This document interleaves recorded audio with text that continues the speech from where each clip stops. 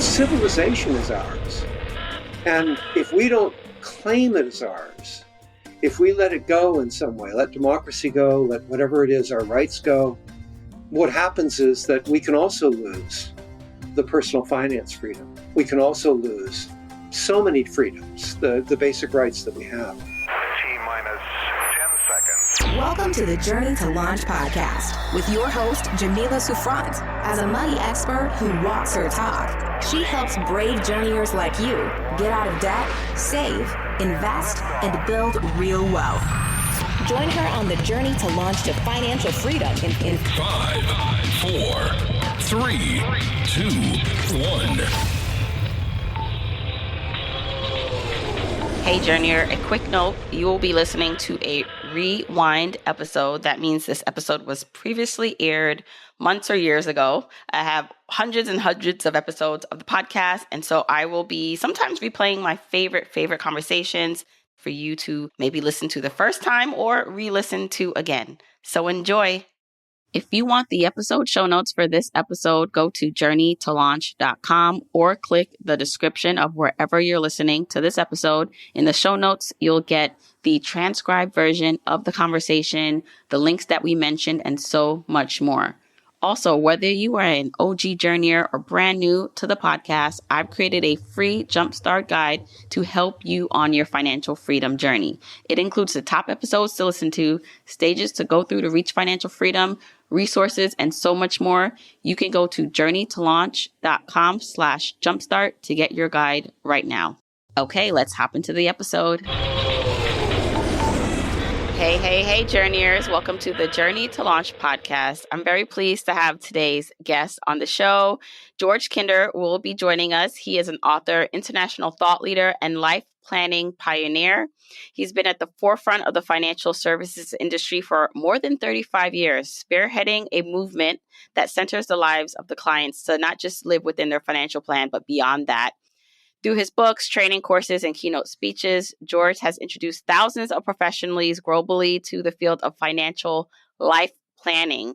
And nearly 30 years as a practicing financial planner and tax advisor, he founded the Kinder Institute of Life Planning. His 3 books on money, The 7 Stages of Money Maturity, Lighting the Torch, and Life Planning for You are considered foundational works for both professionals and consumers.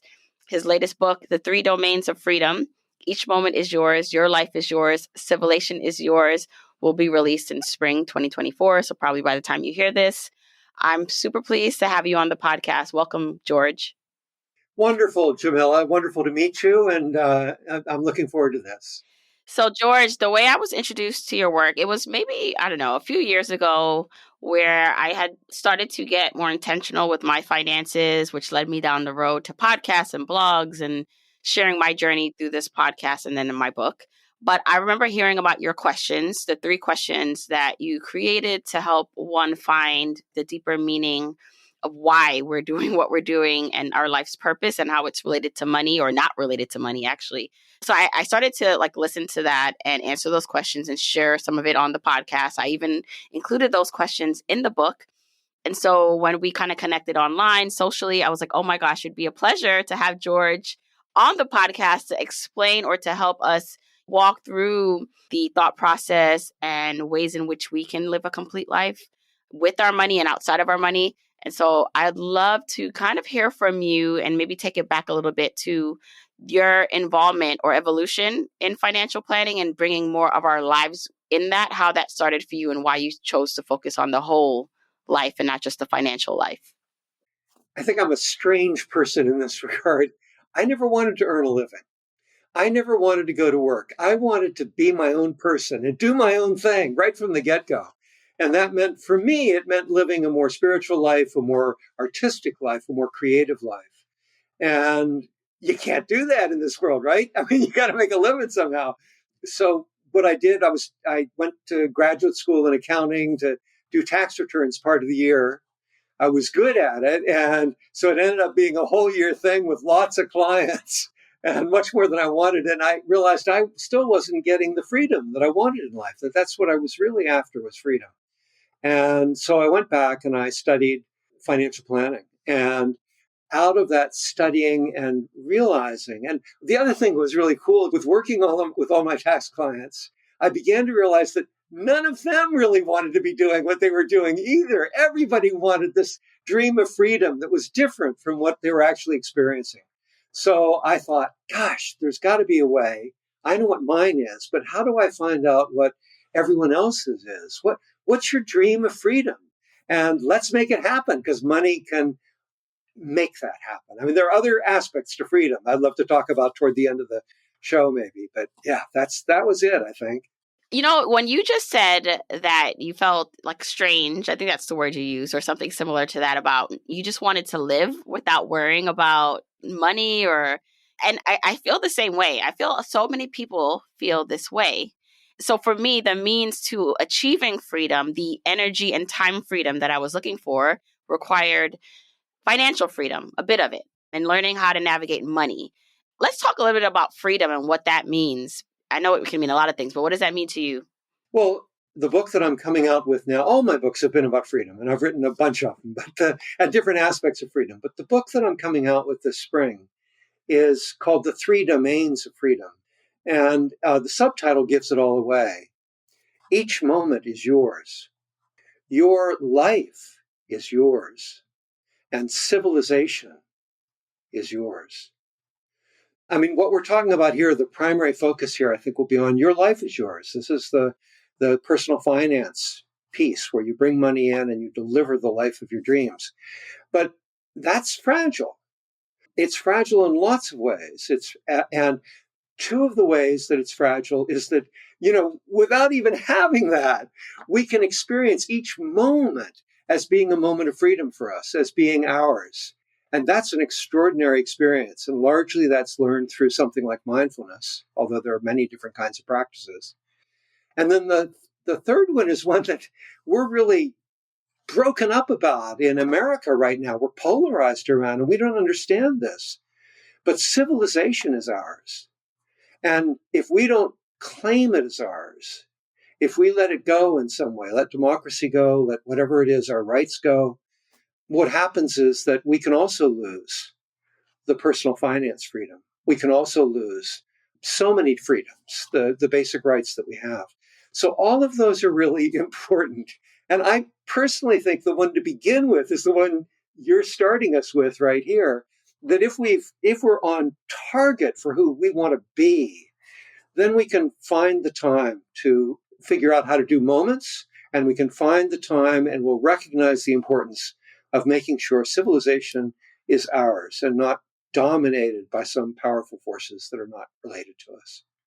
I think for so many people, as we wake up and open our eyes, and if we're blessed to in the morning and start our day, there are a lot of things outside of our control where we can't necessarily dictate the responses of people to us or the government laws in certain respects. I mean, you can lobby and do all these things, but sometimes that takes a while. And so a lot of people are left with this personal responsibility and self-accountability, or just like you said, it's like a choice in the moment to like live life on their own terms. But in that same regard, there's so many things happening outside of them, whether it's the boss, the commute, the kids, where it doesn't feel like you have a lot of choice. And so you don't feel free. And so I think it's interesting because there's people who have money and still don't feel free, financially free or energy free. They feel more locked in, right, to having to work. And there are people who don't even have the financial freedom and still on top of that don't feel free. So what do we say, or how can we start to think about claiming our freedom when we don't feel like we have control over it? Yeah, I think there are three ways, and so the book will address them. But one of them is to learn a practice where you can claim each moment. I mean, here, let me throw my wild question to you, Jamila. I mean, this is a question I ask. I can ask an audience of 1,000, and it's a trick question. So I'm going to try and trick you. All right. So the question is, have you ever experienced a moment of freedom in your life? Walking the beach, playing with kids or your family, doing something wildly creative with your business. Have you ever experienced a moment of freedom in the past in your life? Yeah?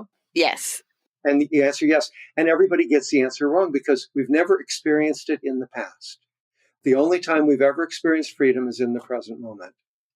So one of the secrets to actually owning our life as ours is learning to master the present moment. The practice that's out there most about that in the world right now is mindfulness. It's a great practice to do. So one of the ways is to have a practice where you're getting better and better at the mastery of just being here, regardless of the situation, just being here. And I'm going to go to the two far ends and then come back to the one that you and I have dedicated much of our life to. So the other side is civilization, and that is that, much as we're troubled, politically polarized, and all the rest in the world, you've spoken about it. There's so much freedom we can experience that our ancestors didn't experience. So much more longevity in our life. And so one of the ways to understand the freedom of civilization is internally to just be happy about those aspects, to celebrate those aspects. But at the same time, to recognize not everybody has those freedoms. And to own that we are each of us powerful people. We aren't powerful enough to make a difference all by ourselves, but we're powerful enough to let people know that kindness helps, that having a dialogue of truth helps, that having nobody kind of pushing us around and bullying us helps, that no violence helps. There are things that help, and letting people know that, and including in an election year, letting people know, no, that doesn't work for me, doesn't work for my friends, and I'll do my best. But so those are the two outliers. The one is the every moment yours, the other is that civilization is actually ours. Hey, one more thing about civilization. Civilization is really who the human species is. And if it's not working in some way, then we all need to kind of pitch in there and just say, no, it should speak the truth. It should be kind. It should be generous. And it should give us the vitality to have the freedom that you and I mostly talk about, which is, I call it life planning, and it's accessed in personal finance as well. So those are the two outliers, and then there's our own life. Right. Let's talk a little bit about life planning as it relates to financial planning. Typically, if you're listening to this podcast and you're aware of what financial planning is, maybe it might be a good moment to explain for those who want to know from your perspective what financial planning is, and then like what life planning is. Yeah. One of the great financial planners of the last 30 years or so went through our courses, and he was the president of the FPA, the Financial Planning Association. And after he went through our courses and became a registered life planner, he said, George, life planning isn't any different from financial planning. It's just financial planning done right. And another frame would be, it's what happens at the beginning of the financial planning process. Because in order for financial planning to work well, it has to be governed by or addressing who you want to be in your life. More than anything, who you really want to be. What would be most incredible for you to live? And it doesn't mean, having as much money as Elon Musk or that kind of thing. But, what is it that would really make your life amazing for you? For you. And the three questions that you've introduced as well, they help us get at it. There are a number of things to do, but that's one of the great ways to get at it. So what are the three questions? Let's walk through them. So the first one is, it's like you win the lottery or you get to go to Disneyland for the first time. And the question is, if you had all the money that you needed for the rest of your life, what would you do?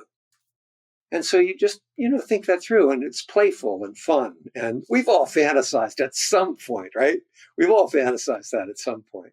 So that's just kind of fun, and it loosens people up because the next two questions are much deeper and much more personal. And so they're kind of hard to start with, particularly if you're working as an advisor with a client. Client might not trust you because financial advisors generally, not always trustworthy. And so the first question is, if you had all the money that you needed for the rest of your life, what would you do?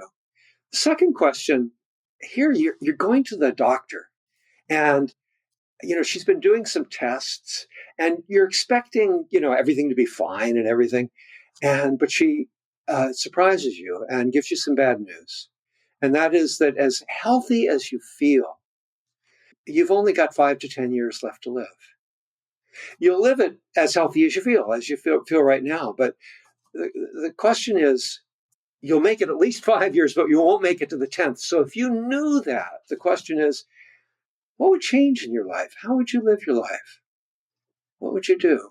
And there, of course, as you know, because you've gone through the questions, they get narrower and deeper in some way than the first question, where you can do everything and anything. And often, not always, but often they're more relational. They might have more to do with your family, maybe more to do with kids, maybe with your partner. Not always, though, but they're deeper. They're more about who you really want to be, what your purpose is in life. And then the third one goes even deeper, and it's even more powerful and more devastating in a way. And this time you go to the doctor, and she says, I misdiagnosed. I'm terribly sorry. But you have had a rare disease, and it's over. You've got 24 hours left. And the question is not what you would do. The question is more reflecting on who you anticipated being, what you anticipated doing. What did you miss? Who did you not get to be? And what did you not get to do? And for most people, that question nails it as to what we have missed in life and what we must not miss in the rest of our life, what we must realize in one way or another. And sometimes they seem quite impossible, but what we must realize one way or another to live a really fulfilled life. I can imagine you've taught this and you've heard many answers or discussed this plenty of times with people. As you were saying the questions, I was kind of quickly thinking of my answers again, and they change, right? Like you can answer, if you ask yourself this like years ago and you ask it now, even ask it a week from now, I think you can probably have different answers depending on where you are in life. But what does one, like, let's just say, that last question, you say to yourself, wow, like I wanted to be a writer, or I wanted to, something that you can maybe have a little bit more control over, where you could have went to school for it, or just something. I don't know what that is, but what does that person do if they realize they have not done that thing?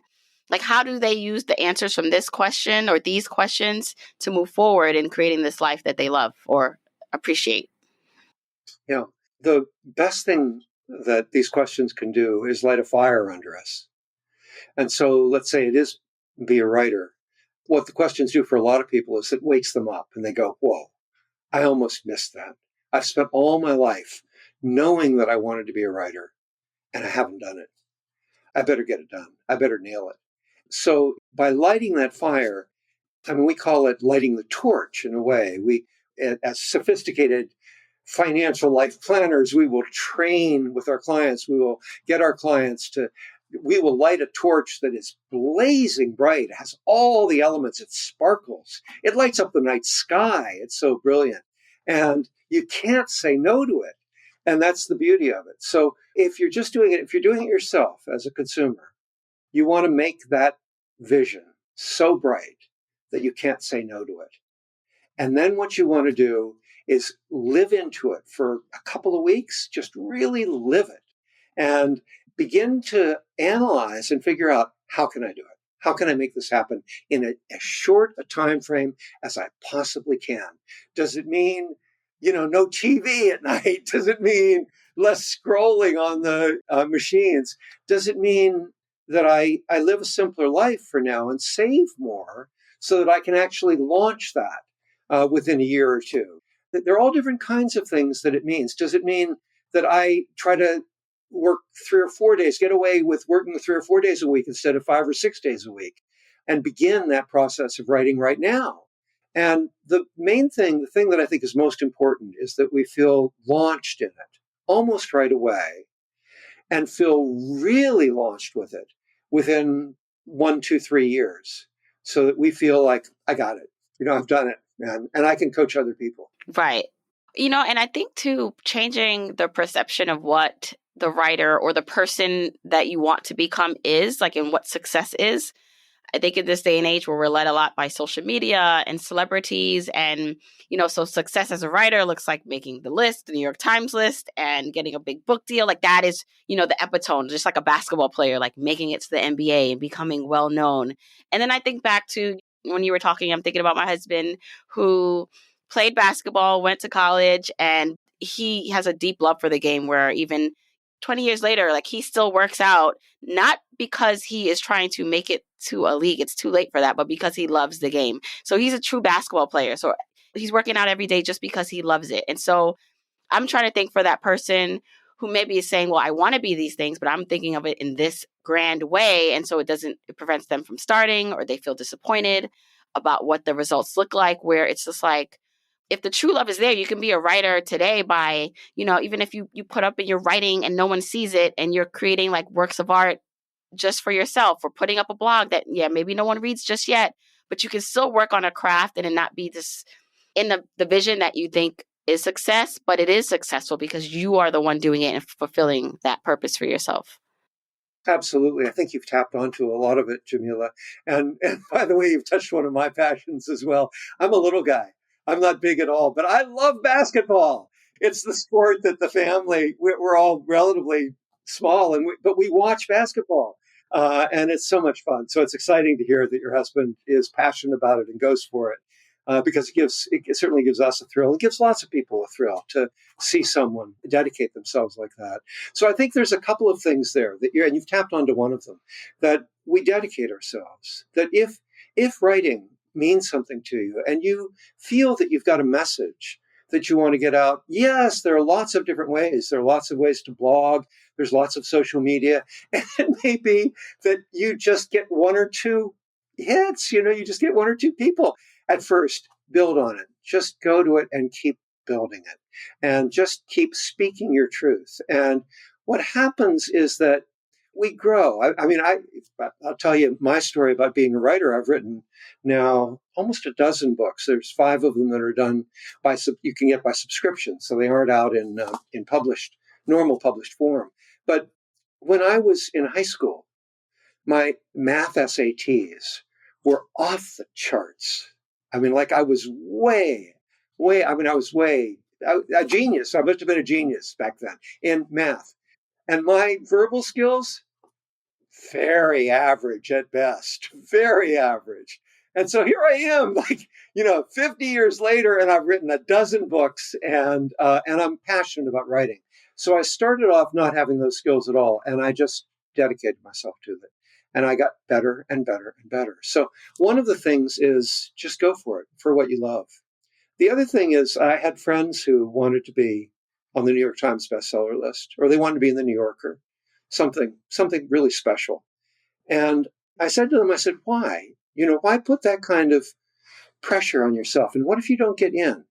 What's going to happen to you? How will it feel? And I said, one of the things I learned to do was very important to me, and this might not be important for everybody, but for me it was, I wanted to write for people a generation or two from now. I wanted to write something that lasted. So I couldn't care less if it's not published in the New Yorker or doesn't make the New York Times bestseller list. And of course, I'd be delighted if it did. But if you have a goal to reach a particular audience, it might not be those particular audiences. It's not necessarily the celebrity audience. And the most important thing, and one of the things these 3 questions do, is who are you really? Where is your authenticity? Where do you feel most who you are? And isn't that who you want to bring out into the world and share with other people? How do you do it? Let's figure it out. That's what life planning is all about. Hey, journeyers, if you are loving this podcast, then you will love my book, Your Journey to Financial Freedom, a step-by-step guide to achieving wealth and happiness. I wrote this book for you. This book is for you if you want a clear and enjoyable path to having more money, options, and a rich life. This book is for you if you hate your commute and the fact that you need to seek approval or permission from a boss. I hated that when I worked. This book is for you if you weren't born into wealth, you didn't marry rich, or win the lottery, but you still want freedom. This book is for you if you're at a crossroads, a major decision or event is imminent. Maybe a career change, marriage, starting a family, Pressures are reaching a tipping point, and the discomfort and the desire for more can no longer be ignored.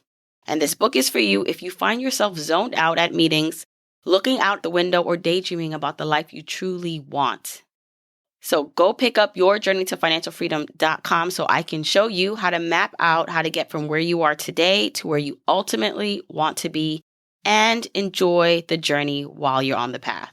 Head over to yourjourneytofinancialfreedom.com to see where you can pick the book up. It's available on Amazon, bookshop.org, Barnes & Noble, your local bookstore, everywhere. Go to yourjourneytofinancialfreedom.com to get the book now. And what if you answer these questions and you have so many things that you want to be or do? Finding the time, like how do you balance all that when you have so many things that you want to do? Yeah. Well, it's one of the beauties of the three questions that it tends to narrow as it comes out. The first question, usually there's a ton of things. You can write pages about all the things you'd love to do if you had all that money. But by the time you get to the third question, it touches more your heart. And so you're willing to narrow. You realize, gosh, I didn't do it. What was it that I really should have done? So to do exercises that kind of narrow, and I've got several in my book. You probably have a few in yours that narrow the field so that you're getting closer and closer to who you really want to be. I mean, here's another thing. I love I love the world's religions. I love philosophies of the world. I love everything. But in America, typically, I mean, we think, you only live once. I mean, maybe over in India, you get to live multiple times, and maybe some of your audience will be part of that, and maybe I am. But in America, most people think they only live once. Well, if you're only going to live once, let's make it really worthwhile for you. Let's do what it is that would really touch your heart and make you the best person you can possibly be. Yeah. And see, I think we're coming from it in a very reflective, deep-rooted sense that I don't think anyone can deny of what is like the true purpose. But in the opposite end, the other outlier, the other end of the spectrum, there is that, well, you only live once. So when it comes to money, why be so responsible, right? Like I'm working this job, like why not get the nice car? Who cares about debt? So what are your thoughts on that? Because I think that is the balance of living in the now and yes, for like the deep purpose, but then also using money in a way that makes us feel good in the moment versus long-term planning, making sure we're setting ourselves up for success or at least for freedom in the future. Yeah, great.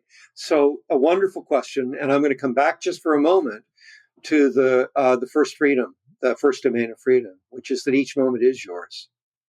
So you don't need the car or debt to make you feel freedom. You can feel it if you do a practice of mastery of the present moment. And the value of that is then when the car comes up, you can look at it and go, can I really afford it? I mean, this is who I really want to be. This is how I want to be in the world. Is that going to rob me of that possibility? Is that going to diminish my possibility to actually live in that way? And debt's the same thing. We hear stories of debt doing wonders for people, entrepreneurs that got in debt and boy, their business took off. But for every one of those entrepreneurs that happened for, how many entrepreneurs were there that got into debt and blew it? So the point with both of these is that there are really real truths around money that financial planning teaches us and that are extremely valuable. And one of them is just simply, if you earn more than you spend, there's a basis for greater and greater freedom in your future.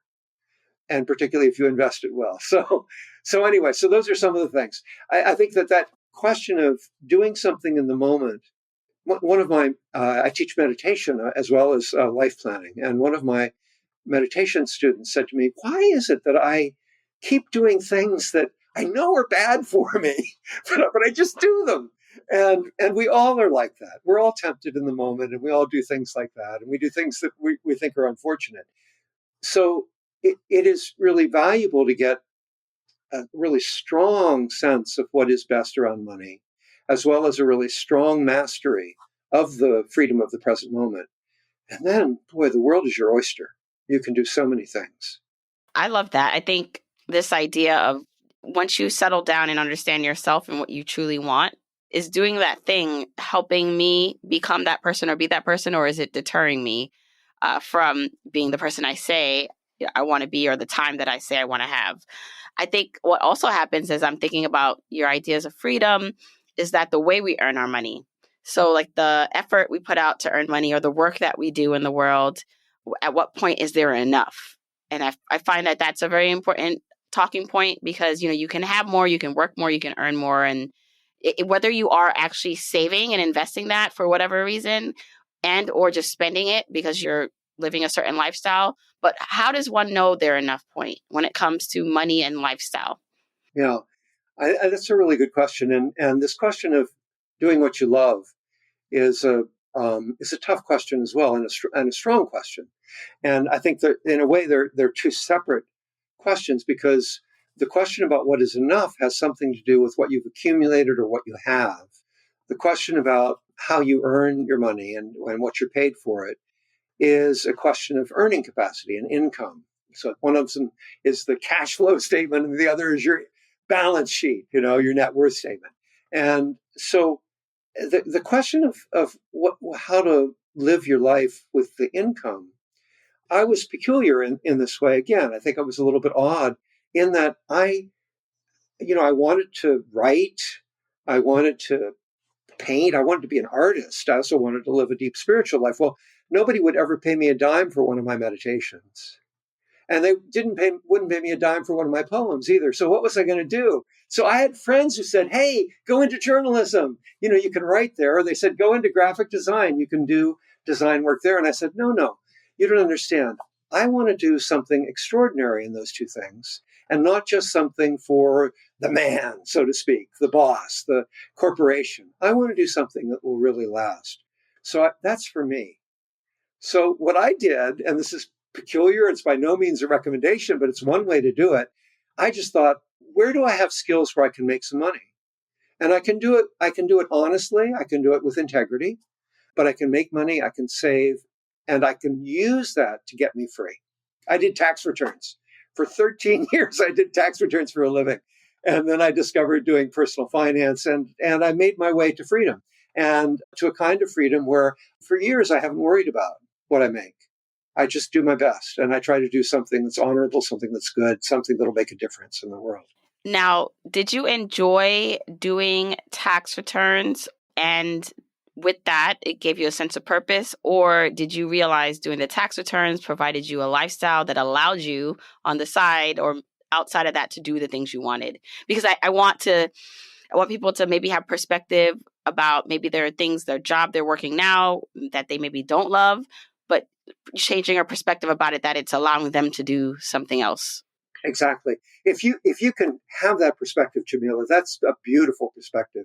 To have the perspective that what I'm doing now is going to allow me to do this other thing. So I would walk home from doing tax returns. I did them in Harvard Square, and I walked home. It was a 20-minute walk, and it would be rainy or blizzardy or whatever. And I would enjoy every moment of that walk home because now I was free. And I would get home and I would go back on my back porch, and it was just a little stoop, just a little platform. And sometimes the machines beside me, the generator beside me would be blaring. Didn't matter. I had freedom in that moment. And when I was doing the tax returns, the question about did I learn or how did I feel about them? At first, I thought, I'm doing this to get me free. But then once I realized that, I thought, wow, what an amazing thing I'm learning. Look at all these different people that I'm engaging with. Thousands of people came through my office, and I got to engage with each of them. I mean, it was just, and learn so much about myself, about, how to be a better person for all of them. I learned how to have greater integrity, how to be really precise and clear, how to help people see their own dreams of freedom and articulate a tax path for that. So there were many wonderful things I learned for myself, and that would then serve me well when I went into the next phase of my life. So yeah, good stuff. Yeah, well, I'm smiling thinking about, there's a person probably right next to someone listening right now that has same job, but just a different perspective. And of course, obviously there are going to be different things outside of those two people, like their upbringing and environment and all that matter to how they experience the world. But how you can have two people going through kind of the same job or experience, and because they have a different perspective, they take away something different from it and then can use that to be happier or have a more fulfilled life. Yeah, absolutely. Absolutely. We call it keeping our eyes on the prize. And it really makes a difference if we do that. What motivates you now to work? It sounds like you're in a great place of, kind of what your answers to these questions are. But I always like to, talk to people who are a little more seasoned or seem to be financially free in a way in which they don't necessarily have to work, but they choose to. And then for you, is it just merely, I enjoy doing this, or like what for you keeps you going to where you just say, you know what, I can watch basketball all day, or I can do a million other things than do a podcast or show up for speaking events? Like what for you keeps you going? Well, very kind of you to ask me. Of course, family is important, your kids and your spouse and all of that, really. And to be better at it, to be a better parent, to be a better spouse, those are all really good things. But I think for me, I didn't mention this, but for 30 years, I had a passion that no one could really quite understand. But to deliver something into the world. And it took a long time to accumulate the material to do it. And I got long COVID. I was one of the first people in the West, in America, to get COVID, and I never fully recovered. So when I realized that was happening for me, it lit another fire under me. It's like the third question: what are you going to do? Because nobody knew what the course of the illness would be. I didn't know if I was just going to get worse and worse and worse. So I thought, I got to finish that work.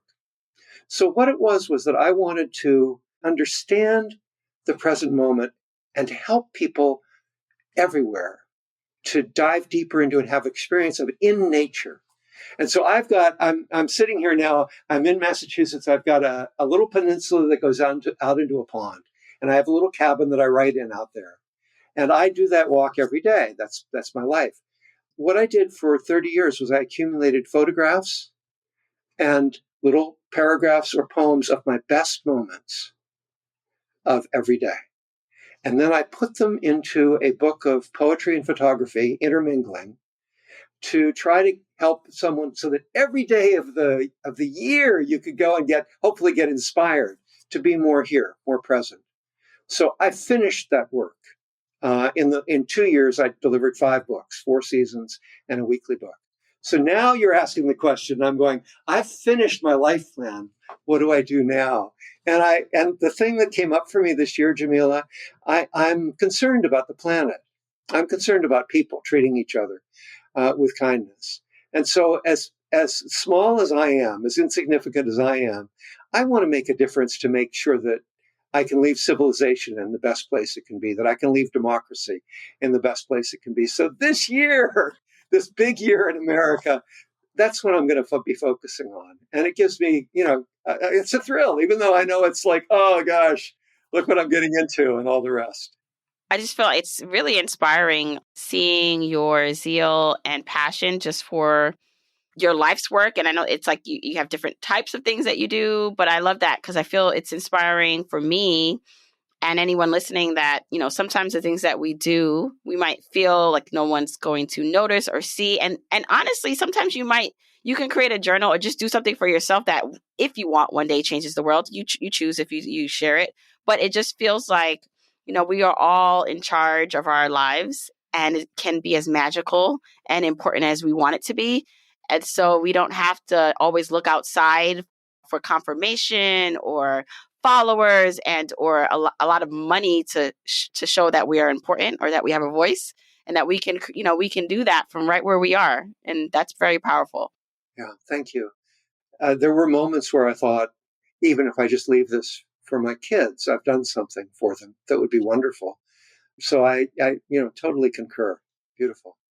So George, please tell us a little bit more about your new book coming out, and it might be out by the time this comes out, but just more about like that new work and then where people can find out more about you.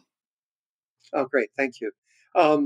So the new book is called The 3 Domains of Freedom, and its significance is in its subtitles. Each moment is yours, your life is yours, and civilization is yours. And you've heard me talk about freedom now, Jamila, for this half hour, 45 minutes, whatever it's been. I'm passionate about freedom. So what I'm trying to do in the book, I've made the book very short. It's only 35,000 words. And the idea is to inspire people in each of those domains to go for it. So I'm really excited. And particularly right now, I want to inspire people to be active in civilization, to make sure we've got a really strong, and we're good to each other, as a community, that it is, our civilization is what Homo sapiens are, what people are. It's the best of us. It has to be, or it's not sustainable. So to find out more about me, I've got a website called georgekinder.com, and you'll find a whole bunch of things that I haven't told you about there, including one of the things that happened as a consequence of the third question. When I was a boy, it wasn't basketball. I wanted to sing rock and roll. I wanted to write songs. And my family, they wouldn't even let me listen to the rock and roll that I wanted to listen to. It was so far back. So during that long COVID summer, I thought, look, I've got a couple of kids, they're teenagers. I want to do something with them. We're all locked in. Let's do something that'll be fun. And one of them's really musical. So we wrote an album together. So, here I am in my 70s and she was a teenager. We put an album that's on Spotify. Anyway, georgekinder.com, you'll see a lot of things that I've done just because I believe in freedom and living it. Yeah. Well, now I do have a couple more other questions that just came up for me that may be helpful to the audience and listeners. So, financial planners. So, in the fire space, in my world, or half of my world, I always say I'm like half of my foot, or one foot is in the fire world, the financial independence retire early community, and the other half, or the other foot, is in the general personal finance space. And, so oftentimes there's a lot of DIY just in general with finances. And, people tend to want to do things on their own or save money in that way.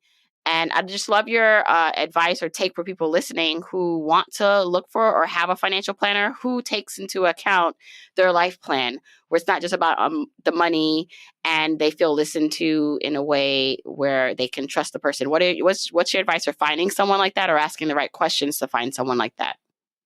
You're near nailing it with the right questions. And the two things that I think are most important, well, three things. One is, do they have a background that is financial? Is this, they understand everything about money? And there are different designations, but the one that's overwhelmingly popular in the United States and throughout the world is the Certified Financial Planner designation. So that helps, knowing that they'll know a huge amount about money. So a second thing in that realm is, prefer them not to be getting commissions. You'd prefer them to just be dealing with you directly. And so there's fee-only movement. Most CFPs are fee-only, but not by any means all of them. So you'd want to be searching out for who are the fee-only people. And there are various networks. NAPFA is one, the National Association of Personal Financial Advisors. The Garrett Community is one. XY, I think, is one. There are a number of them, and you've probably spoken to a number of them, Jamila. And then the third, so those are two things. And then the third thing that I would say is, you want to have someone who really knows, who really is a great listener. We've talked about life planning, like there's these skills and these questions that are fun to answer. But really, if you're going to work with someone, what you want more than anything is someone who really wants to hear who you are. And so not only will they be trained in these inspirational exercises, but they'll be a great listener.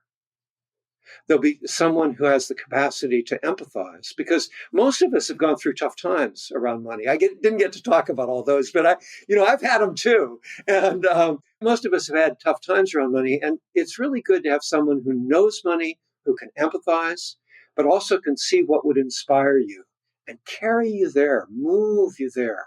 So we have, one of the things you'll find if you Google me and everything, is that I've trained I think 5,000 advisors all over the world.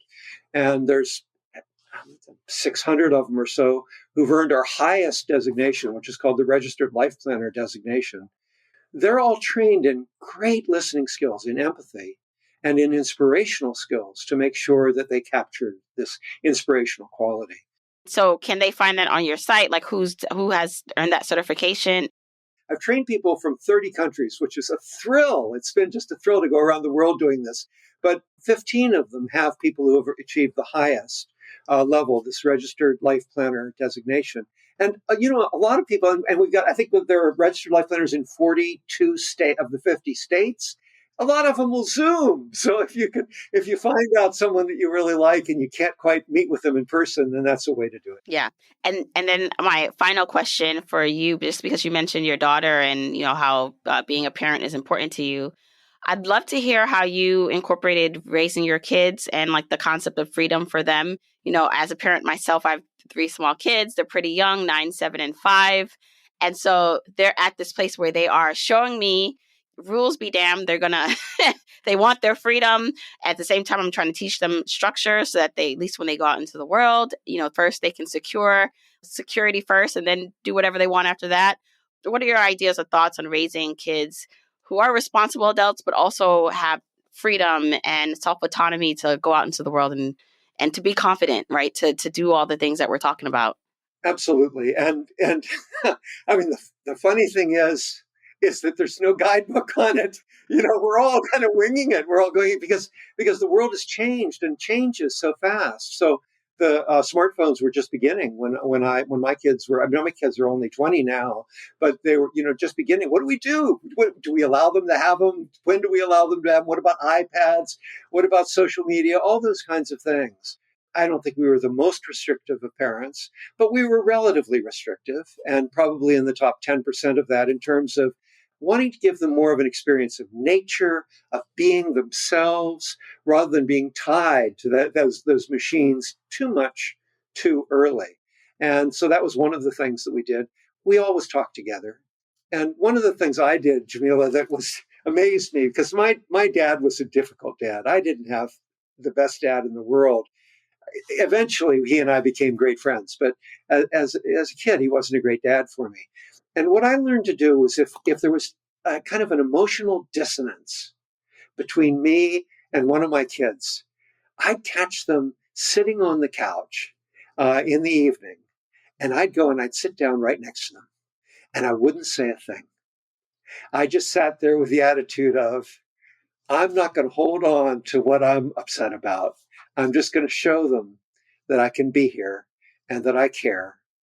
And that if they want to talk, I can be excited about who they are and I can be a good listener. So that was one of the things that was fun for me. And then, of course, emphasizing education. And if they didn't do education, really, my wife was terrific at searching out what were the best things for them. But we've maintained really good communication all the way along. And I think that really helps. Good communication and good values. Thank you. Thank you for sharing that. And George, thanks so much again for joining the show. I found that this was so enlightening. I know this will help so many people. So thanks again. Wonderful to meet you, Jamila. Don't forget, you can get the episode show notes for this episode by going to journeytolaunch.com or click the description of wherever you're listening to this. And you can still grab your Jumpstart Guide for free to help you on your journey to financial freedom by going to journeytolaunch.com/jumpstart. If you want to support me and the podcast and love the free content and information that you get here are 4 ways that you can support me and the show.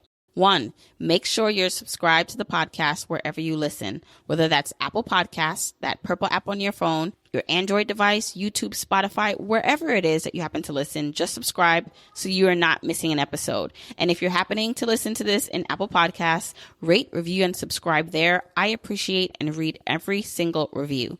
Number 2, follow me on my social media accounts. I'm at Journey to Launch on Facebook, Instagram, and Twitter, and I love, love, love interacting with journeyers there. 3, support and check out the sponsors of this show if you hear something that interests you. Sponsors are the main ways we keep the podcast lights on here, so show them some love for supporting your girl. 4, and last but not least, share this episode, this podcast with a friend or family member or coworker so that we can spread the message of Journey to Launch. All right, that's it. Until next week, keep on journeying, journeyers.